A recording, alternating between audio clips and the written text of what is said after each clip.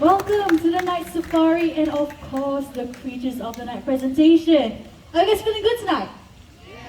Fantastic. Now before we start the show, I have a couple of important announcements, so I hope you guys will listen up. Firstly, if you take a look around this amphitheater, you will notice three staircases. Staircase number 1 that's on my left, staircase number 2 right in the middle, and lastly staircase number 3 that is on my right. Now once the show starts, please remain seated. Do not move up or down these staircases because we will have animals coming from all over this amphitheater. That's right. So we need you to remain seated until I say thank you and good night.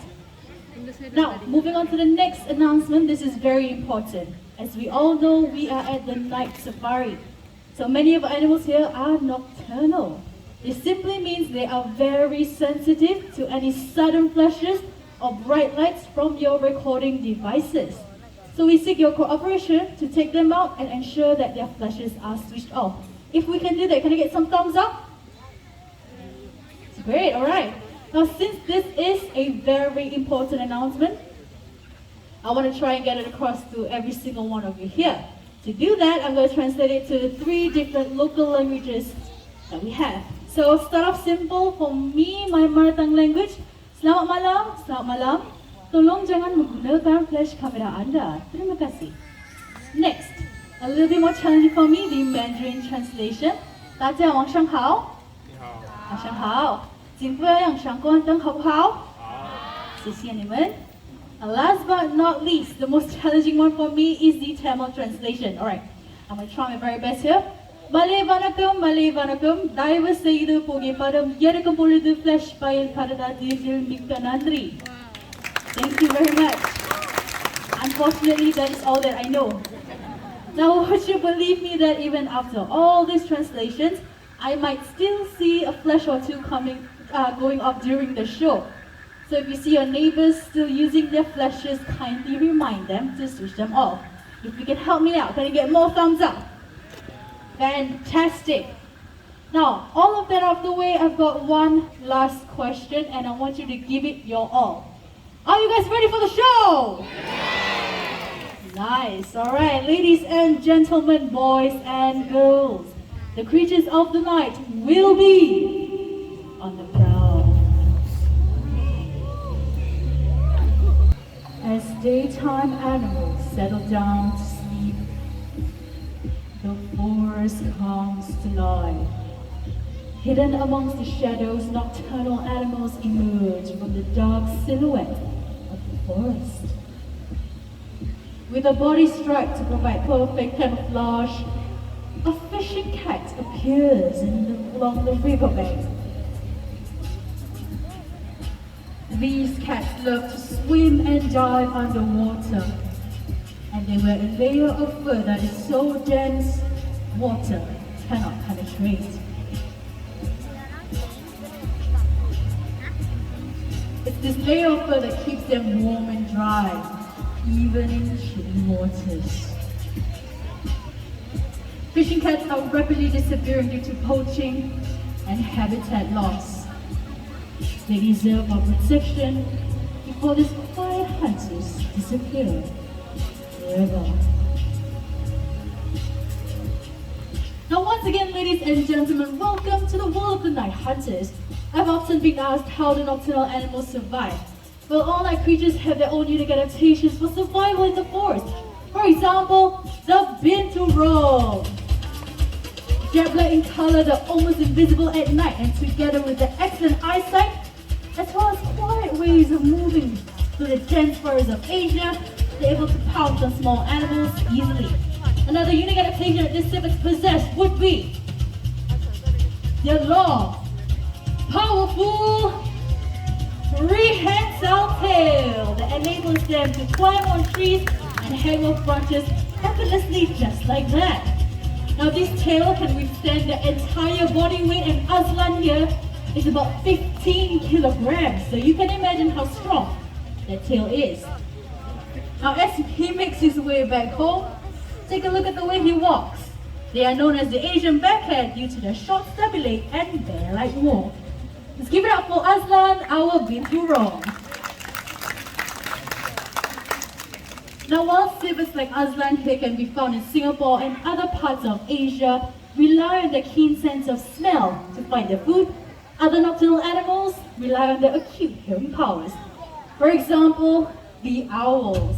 Coming down on my right, there's Timothy together with Rainbow. Rainbow here is a great horned owl, also known as tigers of the skies. Now they can be found in the northern part of America in countries such as Canada, known to be one of the largest species of owls found in that continent. Moving our focus to the middle staircase, that is Oscar together with Liana. Oscar here is a Eurasian eagle owl. As their name suggests, they can be found in Europe as well as some parts of Asia, known to be one of the largest species of owls in the world. Now the chatty one on my left, coming down with Sheena, that is Midnight. Midnight is a Malay fish owl found right here in Singapore. Now how many of you believe me if I were to say owls are one of the quietest raptors when it comes to their flight? Meaning they fly very silently. Show of hands, who believes me? Owls are very quiet when they fly. Okay, I see a few hands. Now for those who don't believe me, Midnight over there is going to show you just how quiet they can be when they fly. For that to happen, I need everyone to remain seated, keep our hands to ourselves, and focus your attention to Midnight. Whenever you're ready.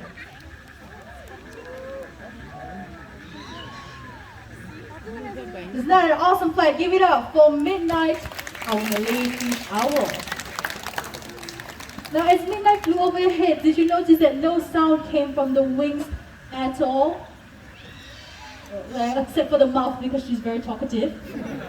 Now this is possible because owls, they have softened edges on their wingtips, and this allows them to glide over fields and meadows silently without their prey detecting them.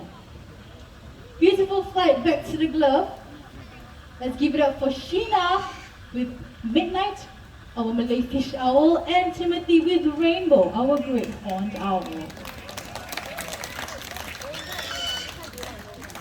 Now if you're wondering why Oscar and Liana are still up here, well, Oscar is going to show us another unique adaptation of the owls, which is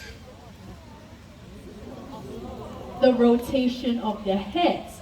Now while he gets comfortable up on the perch, we now know they can rotate their heads. The question is, to how many degrees? I've got 3 options.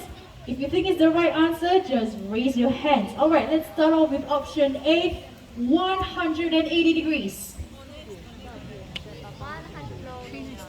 Okay, option B, 270 degrees. Okay, a few more hands. Option C, 360 degrees. Okay, almost all of you. A bonus option, 720. Someone almost raised their hands. Alright, if you said 360, I hope you know that's a full circle. The owl's head might just pop off. So if you guess 270, you are absolutely correct. You might have questions about it, but I'll answer that later. For now, I'm going to stop talking and let Oscar show you how it's done. Take it away, Diana.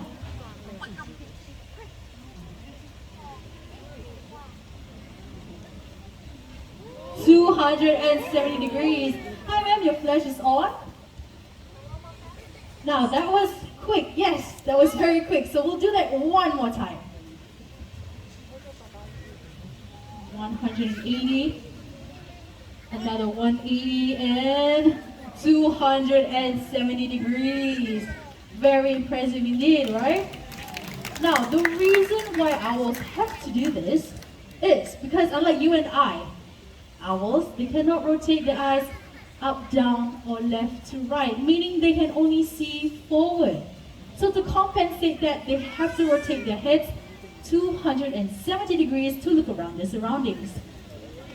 Right on time. Now, as I've mentioned, Oscar here is one of the largest species of owls in the world. Their wingspan can get up to 6 feet in length, which is about an average height of a human man. Looks like they're ready to head home. Let's give it up for Oscar and our very strong trainer, Liana. Alright, let me just get this perch away. The creatures of the night, they come in all shapes and sizes. For our next animal, I won't tell you who he is or what he is, but I'll give you some clues, alright? Clue number one, he's small. Clue number two, he has big ears. Not to worry, it's not the Chihuahua, because this animal comes from the Sahara Desert. And while you have a guess of what he might be, focus your attention to the right side of the stage. Will soon be joined by Foxtrot and our trainer, Miss Pavitra. Foxtrot here is a fennec fox, and they are native to the Sahara Desert. Now in the desert, they dig with their sharp and curved claws, looking for things such as small insects, small mammals, and even scorpions. Now despite their size, they are excellent at jumping, not only vertically but also horizontally. They are able to jump up into the air for up to 1 meter and leap forward for up to 1.2 meters in length. Now you have a chance to look at those feet, makes him look like he's wearing furry boots, but those fur protects his feet from the hot sands of the Sahara Desert and keeps them warm in the cold nights. One more jump, and there we go. Last chance to take some photos and videos.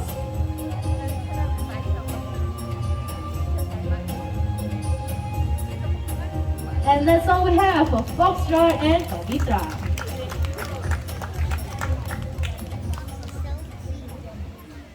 Now don't be fooled, he may be small, but he is fully grown. So he's pretty lucky to stay cute forever.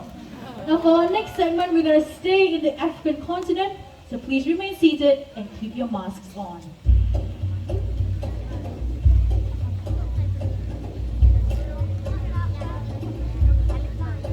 A famous hunter from the African continent, this animal possesses a keen sense of smell, able to detect carcasses from many miles away. The largest of the hyena species, this is the spotted hyena. Their powerful jaws able to crush bones, even those of elephants. Together with the excellent digestive system, they are able to digest their entire prey, including the skin, teeth, bones, horns, and even the hooves. Spotted hyenas can run long distances in search of their prey due to their large hearts. They are able to take down prey twice their size. That includes the zebras and buffaloes. Many of you here might think that they are related to the canine family due to the dog-like features, but they're actually more closely related to the cats.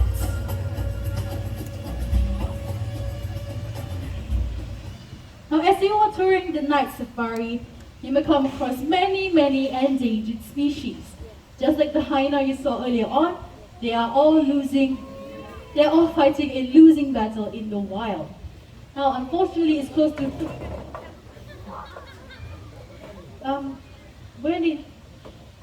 Who is this? Excuse me? Oh, I think this is Toffee. You saw him earlier on in the show. Right, well, you're out here, so please help me out with this bottle. Right, so impressive. Now, raccoons, they have adaptations called dexterous paws, meaning they are able to manipulate their paws to grip onto things just like the lids of these jars. Of course, in the wild, we hope they wouldn't come across plastic bottles, but what they will come across are things such as crustaceans, so like crabs or prawns, and they will use their paws to open up the shell and eat the juicy flesh. Are you able to do it?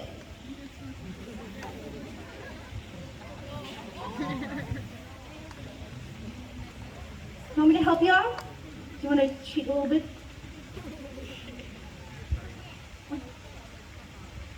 Okay, how about you trying it? There we go. Now, of course, there we go. Enjoying the reward. Now, unfortunately, in some... Oh, okay, you want to say hello? Do you want to say goodbye?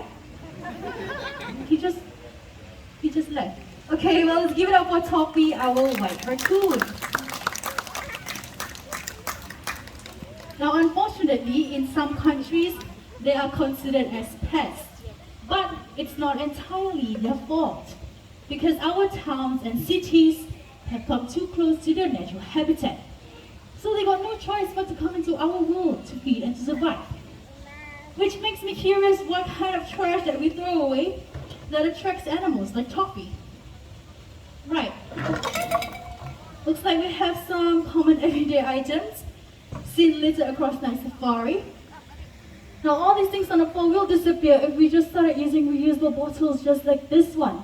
And you can get it at the retail store after the show. Now, all these things on the floor, they also come from nature in one way or another. Which means they got one thing in common, and that is they can be reduced, reused, and recycled.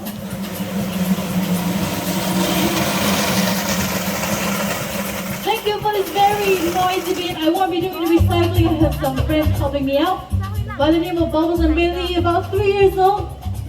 And everybody, that's Bubbles and Bailey, our Asian small clawed otters, smallest species of otters in the world. Now, I will be with Bubbles recycling the tin cans. Meijin will be with Bailey recycling the plastic bottle. And I think we know who the professional is, right?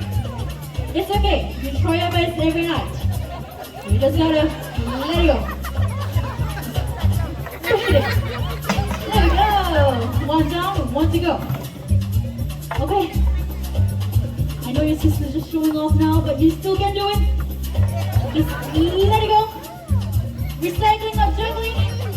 How about some encouragement for Bubbles? Go Bubbles! Let it go. You're almost there. Just let it go.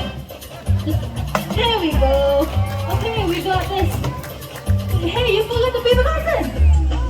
Bye, do it yourself. What? Oh, it's okay. I still think they did their very best and they did a good job at that. Now, for this paper carton, if you think it goes with the tin cans, clap your hands. For plastic bottles? How about others? Yes, good job everybody. Now that was Bubbles and Bailey, our Asian small clawed otters. They may be small, but they carry a huge message, which is to reduce, reuse, and recycle. Now, as our journey through the night has come to an end, let's not forget the lessons that we've learned tonight. From the owls in the sky to the binturong on the branch, we all want to remind us to protect their cousins in the wild and the fragile environment that they call home. What we do makes a difference, and we must decide what kind of difference we want to make. Because after all, the biggest threat to our planet is the belief that someone else might save it for us. Now with that, my name is Ashkin, your presenter for tonight. This is Timothy with Rainbow. This is Diana with Midnight. And up there we have Mr. Fuzzy for Sound and Lights. Hope you guys have a great week ahead. Thank you and good night.